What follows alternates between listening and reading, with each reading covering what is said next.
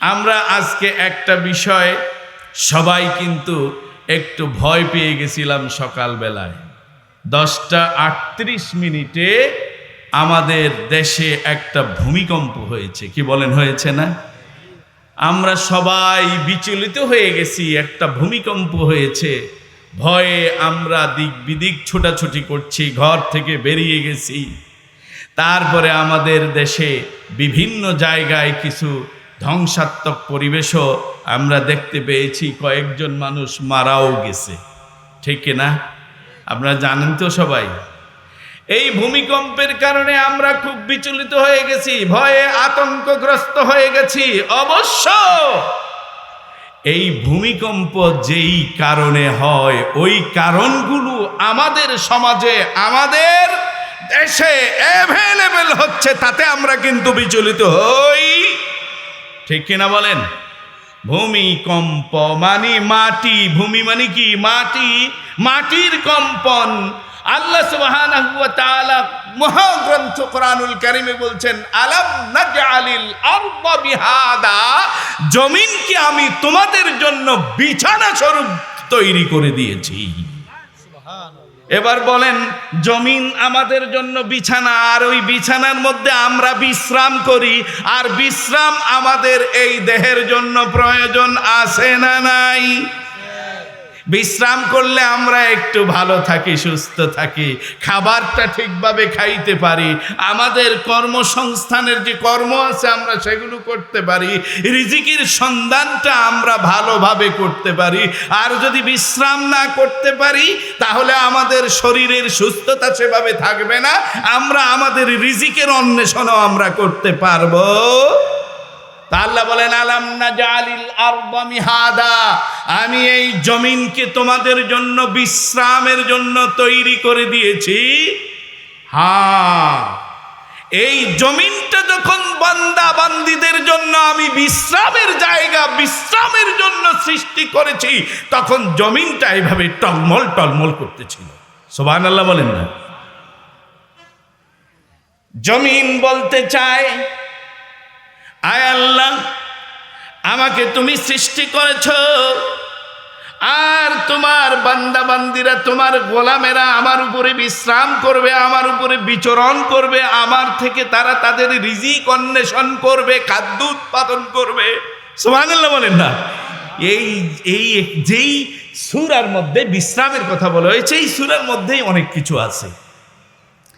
আয় আল্লাহ, তারা এই জমিনের মধ্যে বিচরণ করতে গিয়ে তারা পাপের কাজ করবে, অন্যায় কাজ করবে, এই জন্য জমিনটা টলমল করতেছে, কাঁপতেছে। আমার আল্লাহ রাব্বুল আলামিন বান্দাদের বিশ্রামের সুবিধার জন্য জমিনের উপরে কি করেছে? পরের আয়াতে আল্লাহ বলেন, ওয়াল জিবালা আওতাদা, অর্থাৎ জমিনের উপরে বড় বড় পাহাড়গুলিকে পেরেক স্বরূপ বসাইয়া দিয়ে জমিনকে স্থির করে দিয়েছে। কি বলেন? ওই জমিনের উপরে বসেই আমরা কিন্তু এখন পাপে তাপে ঝরঝরিত হয়ে আছি, ঠিক কিনা বলেন? সবচাইতে বড় পাপটা যে জায়গায় হয়ে যাচ্ছে আমাদের, জানেন কোন জায়গায়?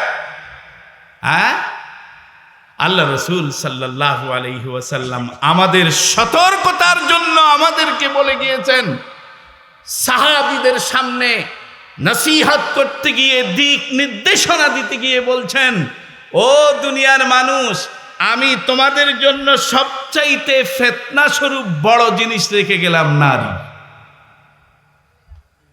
কি? নারী। আরো জোরে বলেন।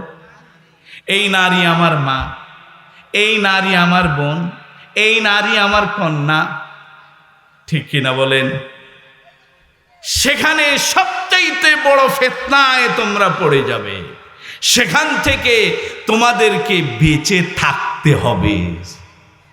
আর এই বাঁচার জন্য আমি তোমাদেরকে সতর্কতা করছি, এই বেঁচে থাকার জন্য তোমাদেরকে পূত পবিত্র অবস্থায় তোমাদেরকে একটা সময় পর্যন্ত অপেক্ষা করতে হবে। সূরা নূরে আল্লাহ তাআলা বলছেন, ওয়ালিয়াস্তাফিফিল্লাযীনা লা ইয়াজিদুনা নিকাহান হাত্তা হাত্তা ইউগনিয়াহুমুল্লাহু মিন ফাদলি। আমার আল্লাহ বলছেন যে তুমি যতক্ষণ পর্যন্ত বিবাহে অসামর্থ্য থাকো ততক্ষণ পর্যন্ত নিজেকে পূত পবিত্র রাখিয়া অপেক্ষা করো। সুবহানাল্লাহ বলেন না? এটা আল্লাহ তাআলা বলছে। তাহলে বিবাহ বন্ধন হওয়া পর্যন্ত একজন নারী, এখন তো সমস্যা হয়ে গেছে, এখন আল্লাহ তাআলা বলছেন যে একজন পুরুষ সে 4 জন নারীকে একসাথে বিবাহ করে সংসার করতে পারবে। সুবহানাল্লাহ বলেন না? কয়জন? কয়জন? 4 জন। কয়জন? এটা আমার কথা? আমি মৌলবীর কথা? পীর সাহেবের কথা? আমাদের দেশের প্রধানমন্ত্রী বা প্রধান এখন তো সব অ্যাডভাইজারদের কথা। কার কথা? মহান আল্লাহ রাব্বুল আলামিন। মাসনা ওয়া সুলাসা ওয়া রুবা, আল্লাহ বলছে 4 জন। হ্যাঁ, তবে 4 জন পর্যন্ত করতে পারো, এটা তোমার জন্য জায়েজ আছে, করতে হবে এমন না। ইতিমধ্যে আমাদের দেশে রাজনীতি করতে গিয়ে একটা বড় দলের মনোনয়ন ছিটছে পেয়ে গেছে, আর উনি একটা বক্তৃতায়, একটা মঞ্চে বক্তৃতা দিতে গিয়ে উনি বলছে যে একজন পুরুষ 4 জন নারী একসাথে বিবাহ করতে পারবে, এটার সঙ্গে তিনি অমত পোষণ করেছে, এবং এই অমত পোষণ করাটা আল্লাহর সঙ্গে চ্যালেঞ্জ হয়ে গেছে। নাউযুবিল্লাহি মিন যালিক। কোরআনে আল্লাহ বলে দিয়েছে। কেন বলে দিয়েছে? এই জন্য যে নারীদের যেন কোনো প্রকারে অযতন না হয়। বলেন না, আমাদের দেশে নারীর সংখ্যা বেশি না কম পুরুষের চাইতে? বেশি না কম? তেমন একজন করে যদি একজন নারী নিয়ে যান, বেশি সংখ্যা তারা থাকবে কোথায়? ঠিক না বলেন? এরকম আছে। যাই হোক, আমি ওইদিকে লম্বা কথা বলতে যাব না। তবে যে কথাটা বলেছেন তিনি সম্পূর্ণ অন্যায় বলেছেন, আল্লাহর কোরআনের সঙ্গে চ্যালেঞ্জ করেছেন।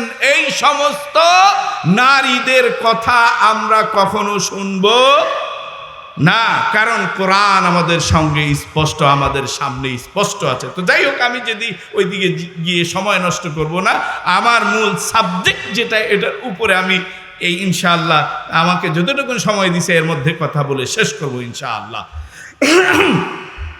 তো বলতেছিলাম যে পুত পবিত্র রাখিয়া তুমি অপেক্ষা করো, এটা যুবকদেরকে বলেছে। বিবাহ না করা পর্যন্ত বলেছে, সামর্থ্য না হওয়া পর্যন্ত বলেছে। আর যখন নাকি তোমার সামর্থ্য এসে যায় তখন তুমি বিবাহ করো। এখন সামর্থ্যটা কি?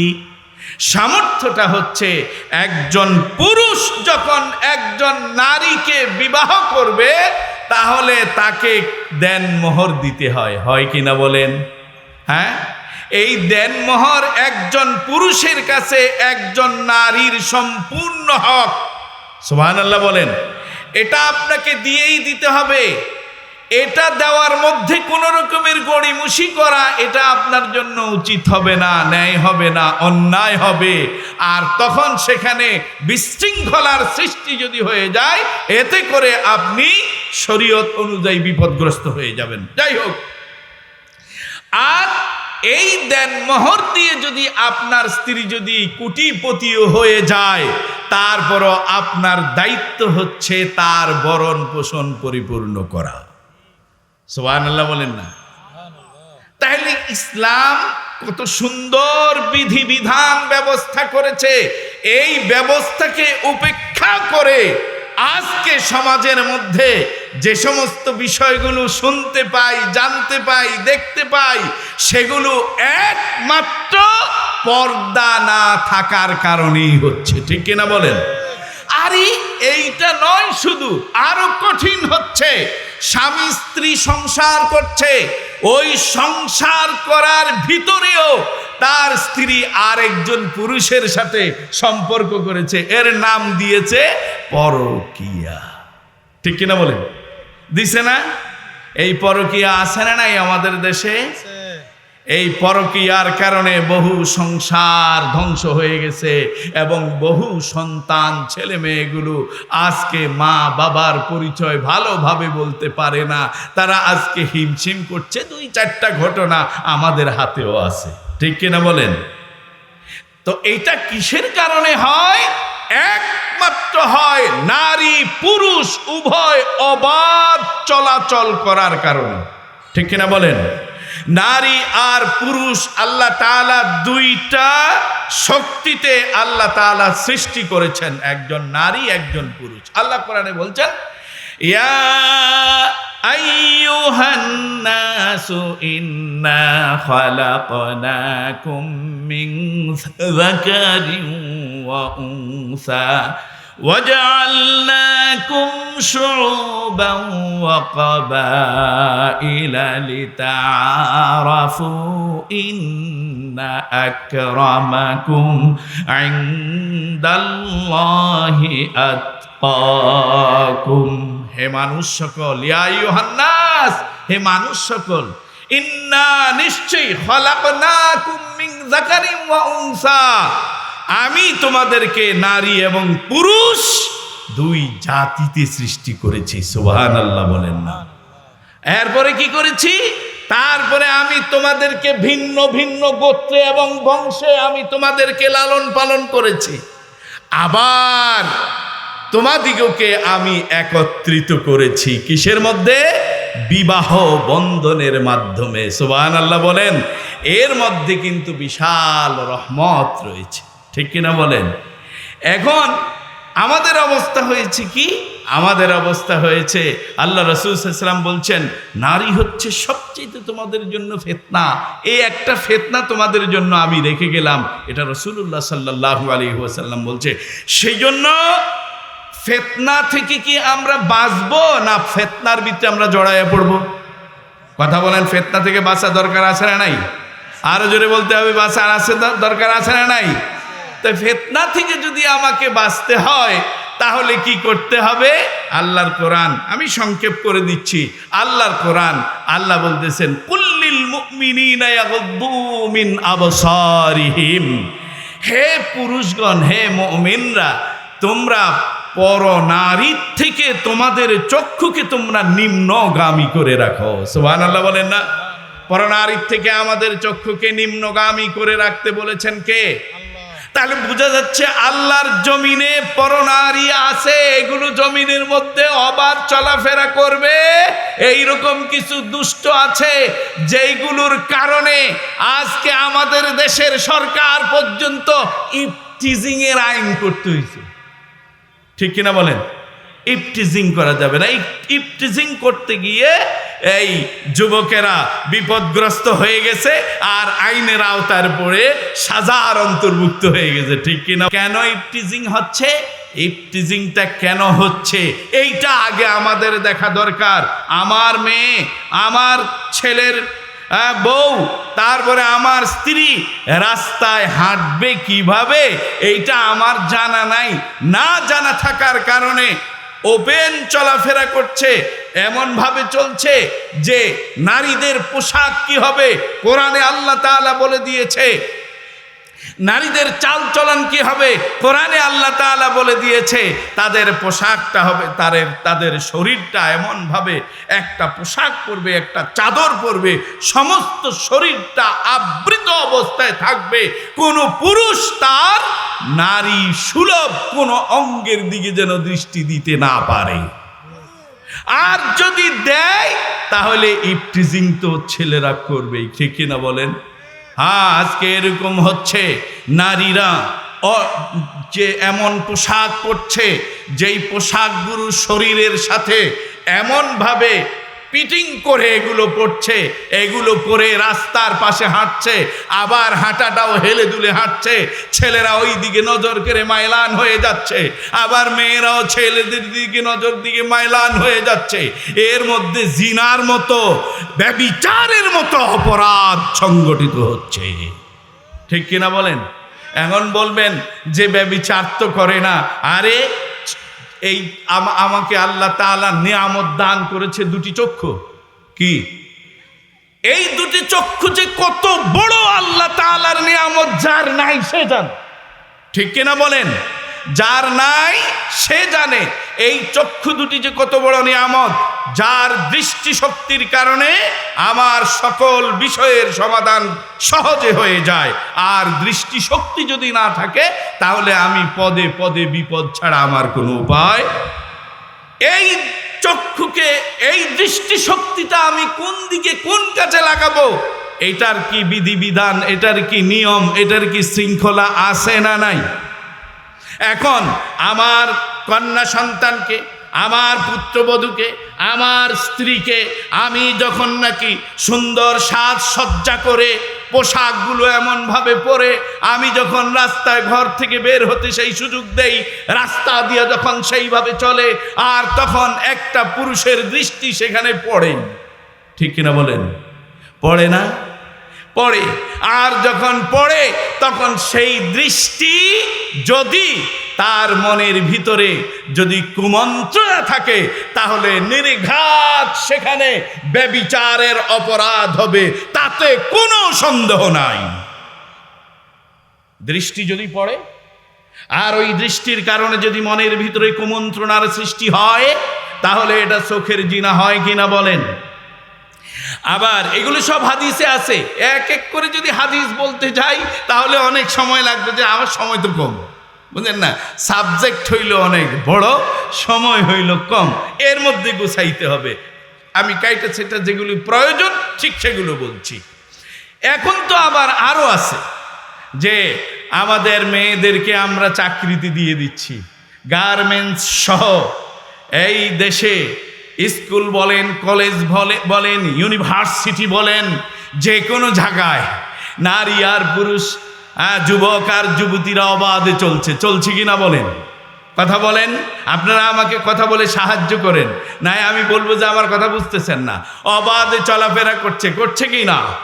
আর সেখানে চলতে গিয়ে অপরিচিত আল্লাহ তাআলা কোরআনুল কারীমে স্পষ্ট যে আয়াতে আল্লাহ পুরুষদেরকে বলেছে তোমরা পরনারীর থেকে তোমাদের চক্ষুকে নিম্নগামী করে রাখো, আর নারীদেরকে বলছে তোমরাও পর পুরুষ থেকে তোমাদের চক্ষুকে নিম্নগামী করে রাখো। এই আয়াতের মধ্যে মহান আল্লাহ রাব্বুল আলামিন একজন নারী 14 জন মাত্র পুরুষের সাথে সাক্ষাৎ করতে পারবে, 14 জনের বাহিরে একজন নারী আর কাহারো সাথে সাক্ষাৎ করতে পারবে? কথা বলেন না কেন? এটা কি আমাদের কথা না আল্লাহর কথা? জোরে বলেন, কার কথা? আল্লাহর কথা কোরআনে। এখন 14 জনের বাহিরে যদি কোনো নারী 14 জন পুরুষের বাহিরে যারা মাহরাম ব্যক্তি তাদের বাহিরে গায়রে মাহরাম কোনো ব্যক্তির সাথে বিবাহ বন্ধনে আবদ্ধ হওয়ার পূর্বেই সাক্ষাৎ করে, সেই সাক্ষাৎ কি ইসলাম বৈধ করেছে না অবৈধ করেছে? এই জন্যই পর্দা। তাহলে যেই সাক্ষাতের কারণে অবৈধ হয়ে যায় ইসলাম সেটাকে ফরজ করেছে। সুবহানাল্লাহ বলেন। তাহলে পর্দা কি? কথা বলেন, পর্দা করা কি? আরো জোরে বলতে হবে, পর্দা করা কি? আমি তো মনে করি পর্দা করা শুধু ফরজ নয়, সকল ফরজকে হেফাজত করার এক বিরাট ফরজ। সুবহানাল্লাহ বলেন।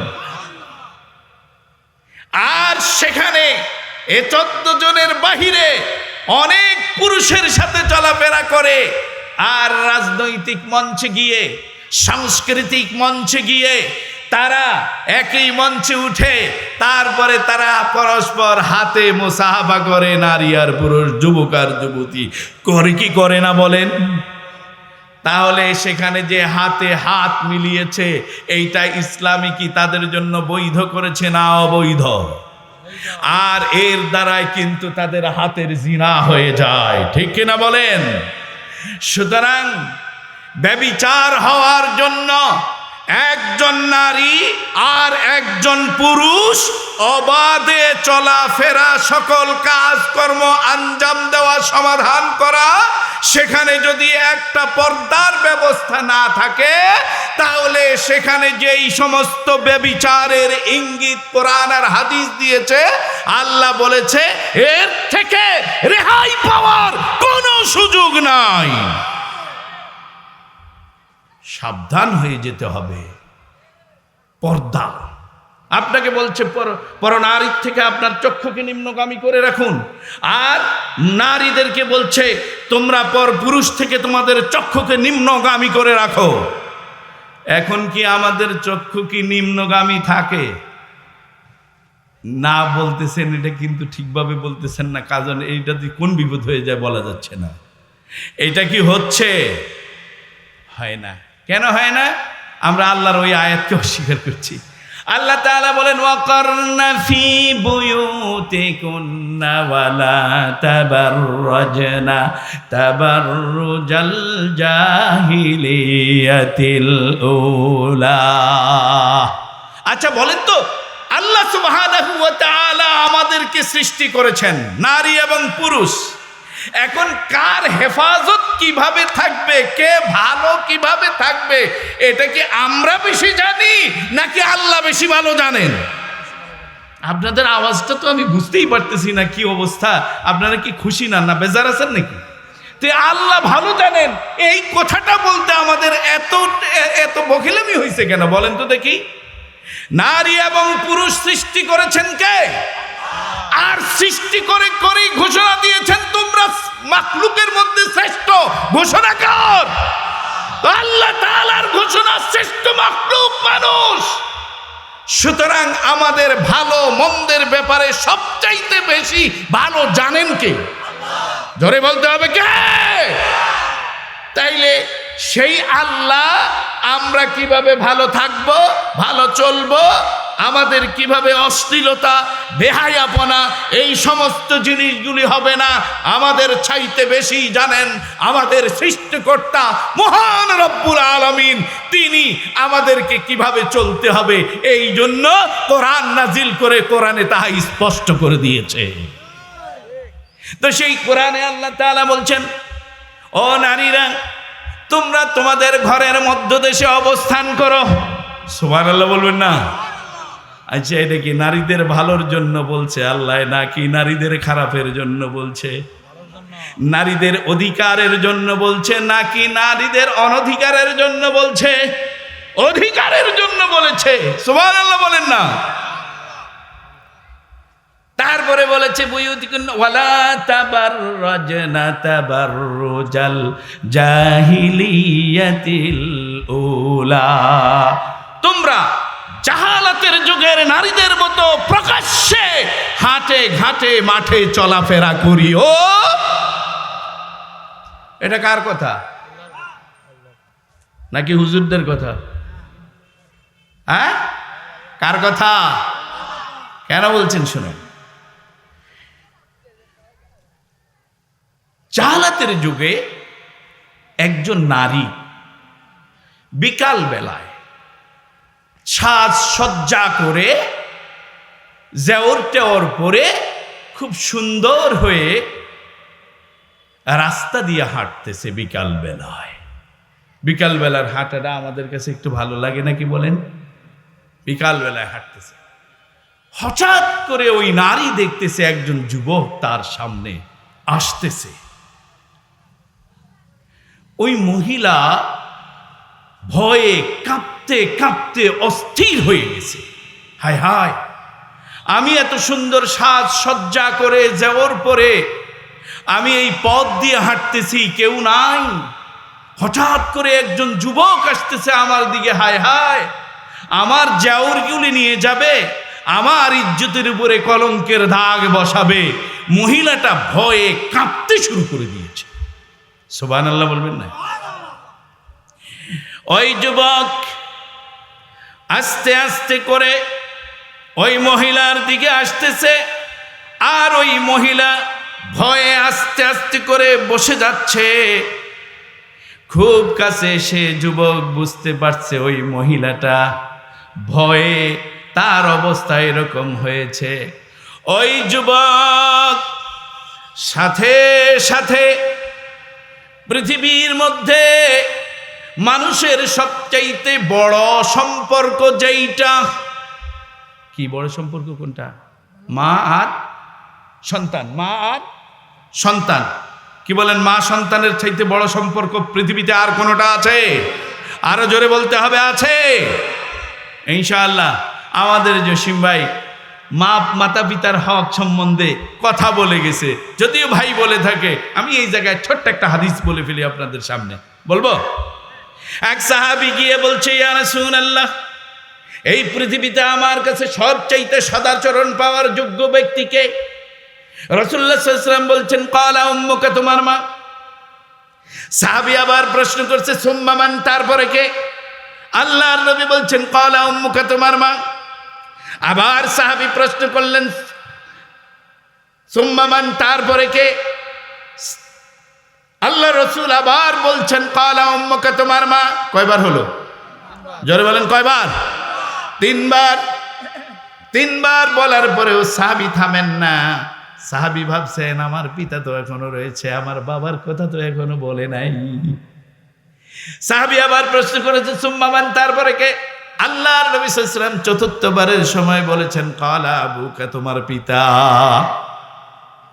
সাহাবী ভাবছে, আমার মায়ের কথা তো আল্লাহর রাসূল তিনবার বলেছেন, বাবার কথাটা তো একবার বলেছেন। ঠিক আছে, আবার প্রশ্ন করি, বাবার কথা আরেকবার বলে কিনা দেখি। সঙ্গে সঙ্গে আবার প্রশ্ন করেছেন, সুম্মা মান, তারপরে কে? সাহাবী আবার যখন প্রশ্ন করেছেন, সুম্মা মান, তারপরে কে? আল্লাহর নবী সাল্লাল্লাহু আলাইহি ওয়াসাল্লাম পঞ্চমবারের সময় বলেছেন, ক্বালা আদনাকা আদনাক। সুবহানাল্লাহ বলেন। তোমার পিতার পরে তোমার পিতার সাথে সম্পর্ক যারা আছে, এটা পরস্পর পরস্পর পরস্পর। সুবহানাল্লাহ বলেন। মায়ের কথা কয়বার বলছে? আর বাবার কথা কয়বার বলছে? একবার। এখন বাড়ি, এখন দিয়ে তো আপনারা রাগ হয়ে যাবেন, হুজুর ওয়াজি শুনবো না, আবু করে একবার আর তা করে তিনবার। সুবহানাল্লাহ। মায়ের কথা তিনবার কেন বলেছে? আমি ওইখান থেকে শুনছি, এটা বলা হয়ে গেছে। তিনটা স্তর আছে সন্তান দুনিয়াতে আসার, এটা বলছে, হুজুর বলছে। মনে যদি কেউ না রাখতে পারেন, কিচ্ছু করেন নাই। আমরা তো এনে শুধু বকর বকর করি কোরআন হাদিস থেকে। এইটা তো আপনাদের উদ্দেশ্যে বলা হয়, কিন্তু আপনাদেরকে এটা চুম্বকের মতো নিয়ে নিতে হবে, দিল দিমাগ দিয়ে এগুলো ভালোভাবে শুনতে হবে, বুঝতে হবে। এইগুলোর বাস্তবায়ন আপনার ব্যক্তি, পরিবার, সমাজ এবং রাষ্ট্রে করতে হবে, ঠিক কিনা বলেন? তিনবার বলছে, পিতার কথা একবার বলছে। এখন তাইলে বলেন, সম্পর্ক সবচাইতে শ্রেষ্ঠ কোনটা? মা আর সন্তান। সুবহানাল্লাহ বলেন না? মা আর সন্তান। ওই যুবক যখন দেখলেন ওই মহিলাটা ভয়ে কাতর হয়ে যাচ্ছে, তার শরীরটা কাঁপতেছে, তখন ওই যুবক তার মধুর কণ্ঠে সুন্দর একটি আওয়াজে বলছেন, মা। সুবহানাল্লাহ বলেন না? ওই যুবতীর তখন শরীরের মধ্যে সুস্থিরতা এসেছে। বলছে, এই অবস্থায় আমাকে একাকী পেয়ে একটা সুন্দরী মহিলা, এত জাওর টাওর পরা, সে তো ইচ্ছা করলে যুবক মানুষ আমার জাওরগুলি নিয়ে যেতে পারত, আমার চরিত্রের উপরে কলঙ্কের দাগ বসাতে পারত, কিন্তু তা না করে সে আমাকে মা বলে ডাক দিয়েছে। আমি এই যুবকের সঙ্গে একটু কথা বলবো। তখন ওই মহিলা বলছে, এ যুবক, আশ্চর্যের বিষয়, মক্কায় তো এমন যুবক আমি আর কোনোদিন দেখি নাই।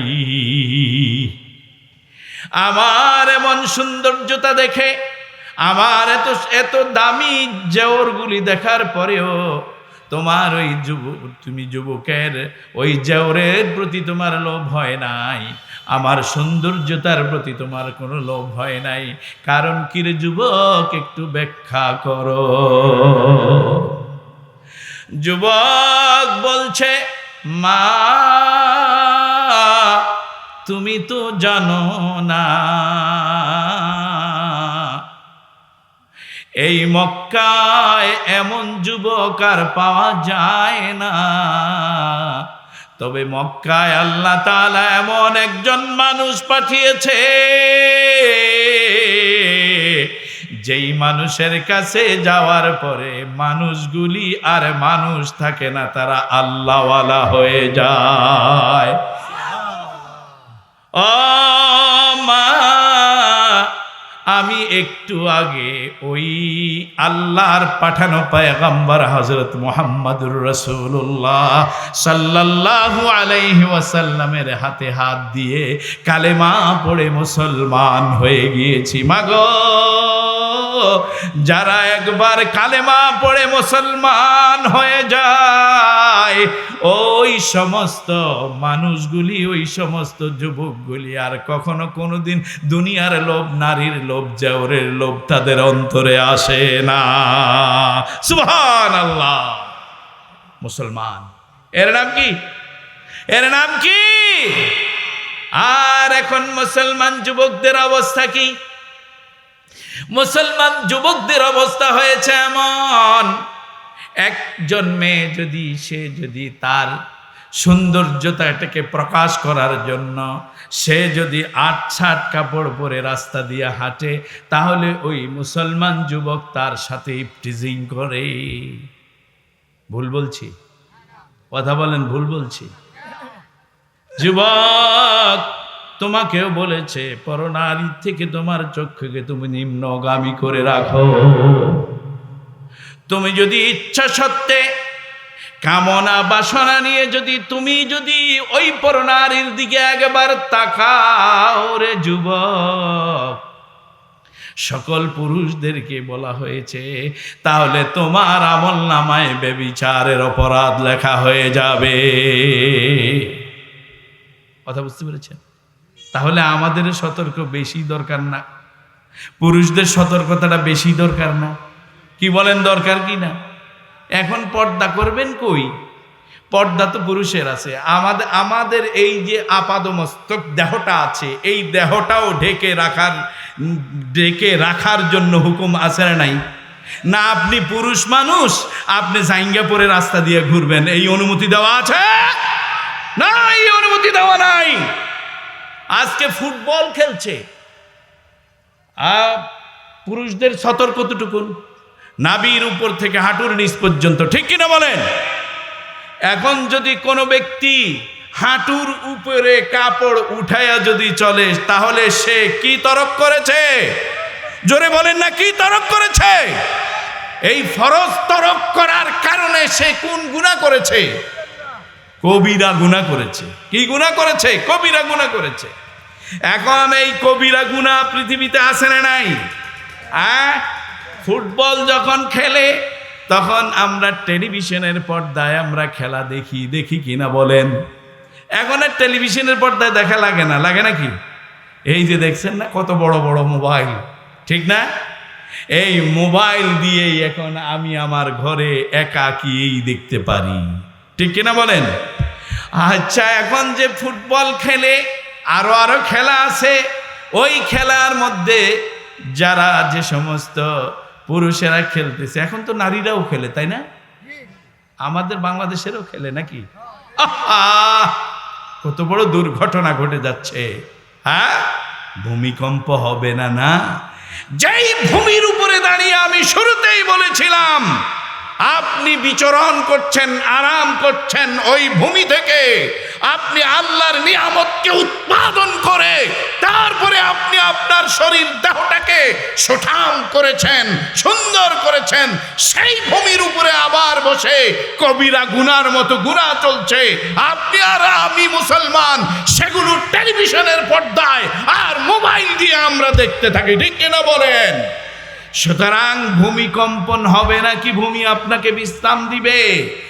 ইতিমধ্যেই আমরা জানতে পারি পৃথিবীর বড় বড় স্বনামধন্য শহরগুলি ভূমি ধসে বিলীন হয়েছে অনেক কিছু, সেগুলো একমাত্র এই ভূমির উপরে বসে ভূমির সাথে নাফরমানি করছো।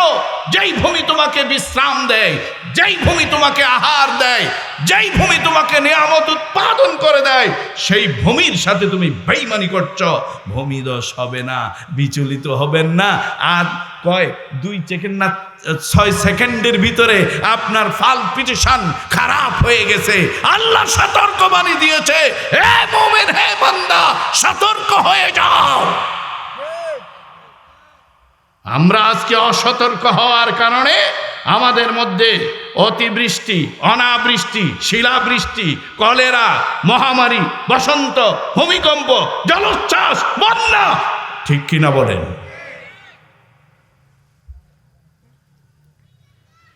তো বলতেছিলাম, এখন আপনি বলবেন যে হুজুর ওরা খেলছে, আমরা দেখছি ওরা এই ফরজ তরক করে যে খেলছে, ফরজ তরক করার কারণে যেই পাপের অধিকারী হয়েছে, আপনি ওইটা সচক্ষে দেখার কারণে সেই পাপের অধিকারী হয়েছেন। কথা বুঝতে পেরেছেন? কথা বুঝতে পেরেছেন? তাহলে এইগুলি কি আমরা আমাদের এই আল্লাহ তাআলার বিশাল নিয়ামত, এই দৃষ্টি শক্তি, যেই দৃষ্টি শক্তি দিয়ে আপনি খানায় কাবার দিকে যদি একবার তাকান, তাহলে আপনার জীবনের সমস্ত অপরাধ আল্লাহ মাফ করে দেয়।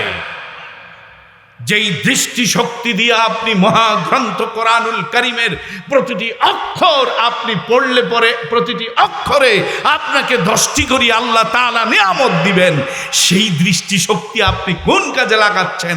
আপনাকে প্রশ্ন করা হবে, উত্তর দিতে হবে। উত্তর দিতে না পারলে আপনাকে অন্ধকার করে উঠানো হবে।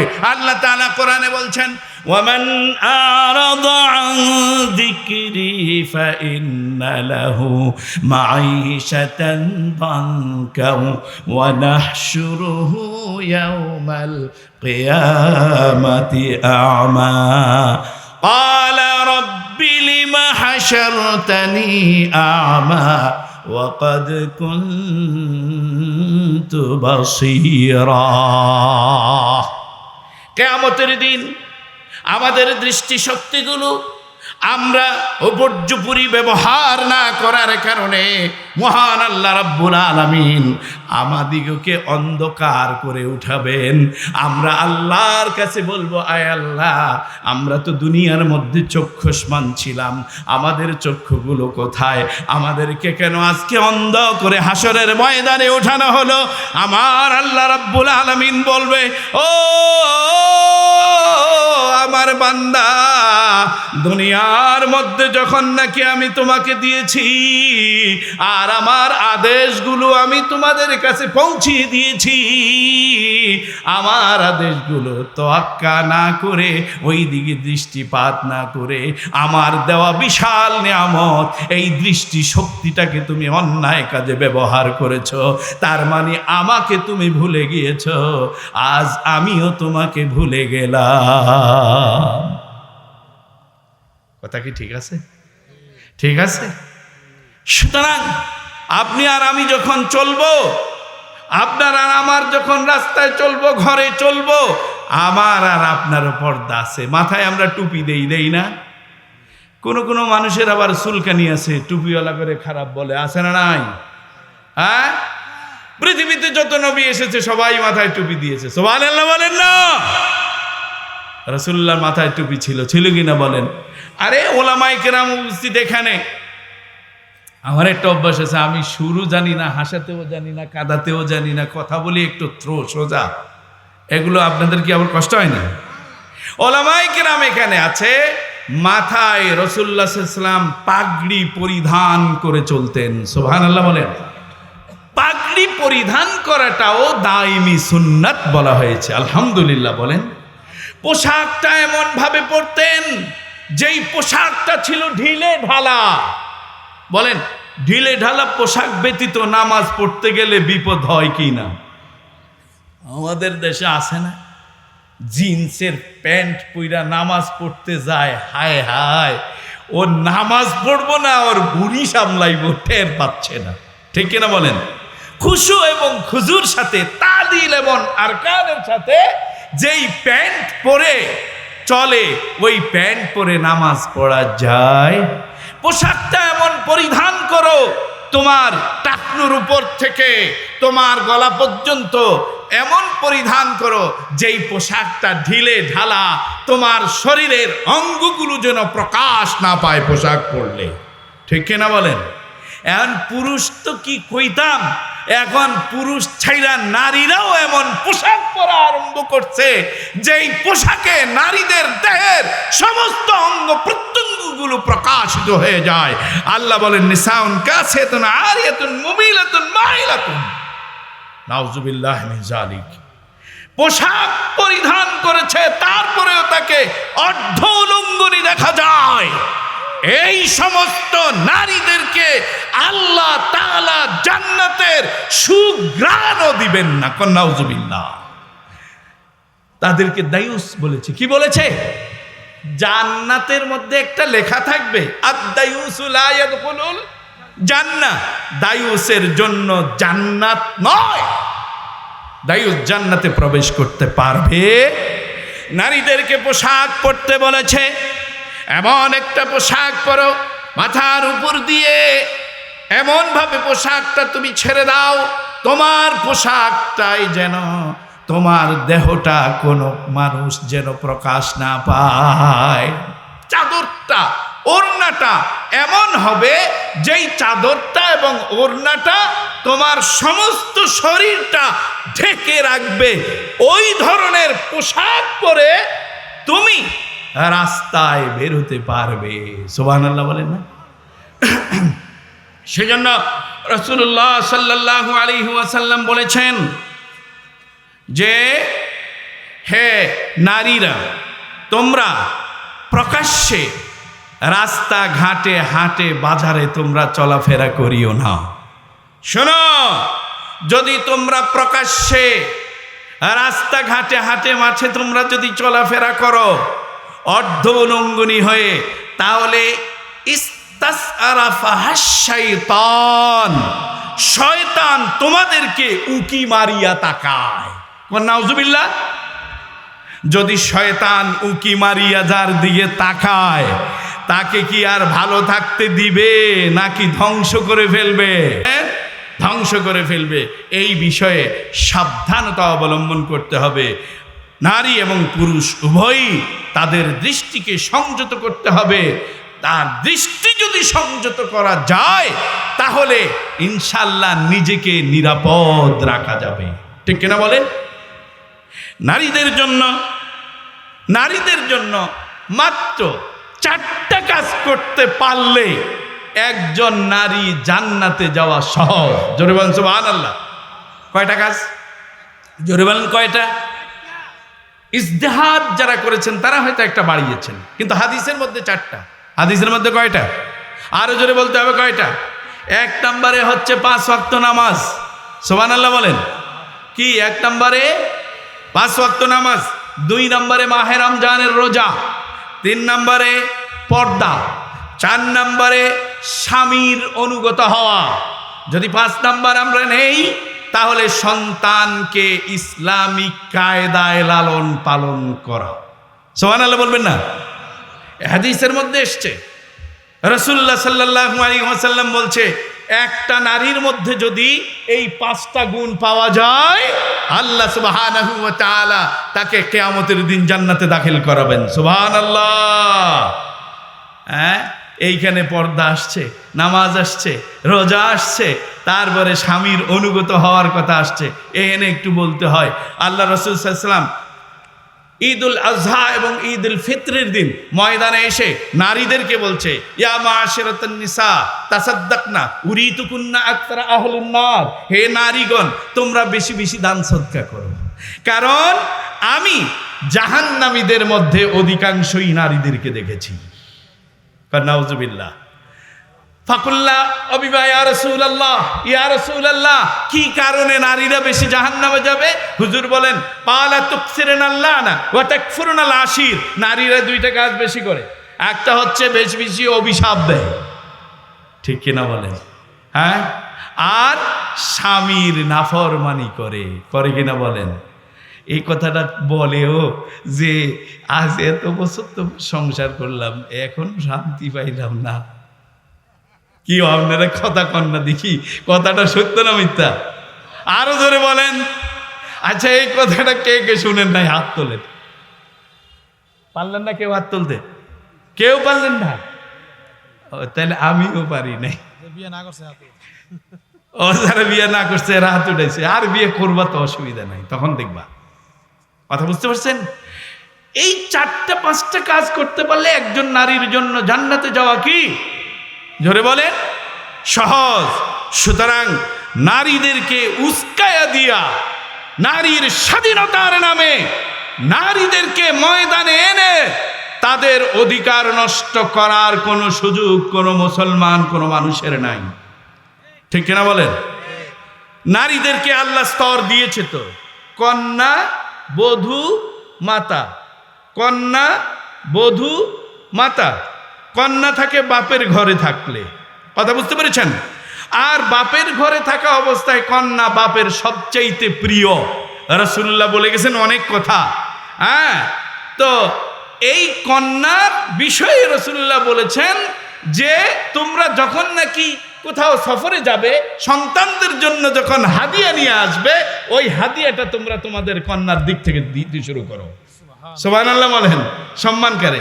এরপরে বধূ, আপনি যখন নাকি একজন পুরুষ তাকে বিবাহ করে নিয়ে আসবে, তখন তাকে দেনমোহর দিবে, জাওর দিবে, বহু কিছু তাকে দিয়ে তারপরে তার ঘরে সম্মানের সহিত আনবে। আর ওই দেনমোহর পরিশোধ করলে, এটা আগেই বলে ফেলেছি। এরপরে হচ্ছে মাতা, এটার ব্যাপারও আমাদের আজকে বলা হয়েছে, কম বলা হয় নাই। ও আমার মা বোনেরা, কেন আজকে স্বাধীনতার নামে, সমান অধিকারের নামে তোমরা আজকে, আমি আজকে জুম্মাও বলেছিলাম যে যে একজন মানুষ যখন মারা যায় তখন তার রুহুটা হয়ে যায় কি আজরাইলের। রুহুটা আজরাইল নিয়ে যায়, আর সম্পদগুলো ওয়ারিসরা নিয়ে যায়।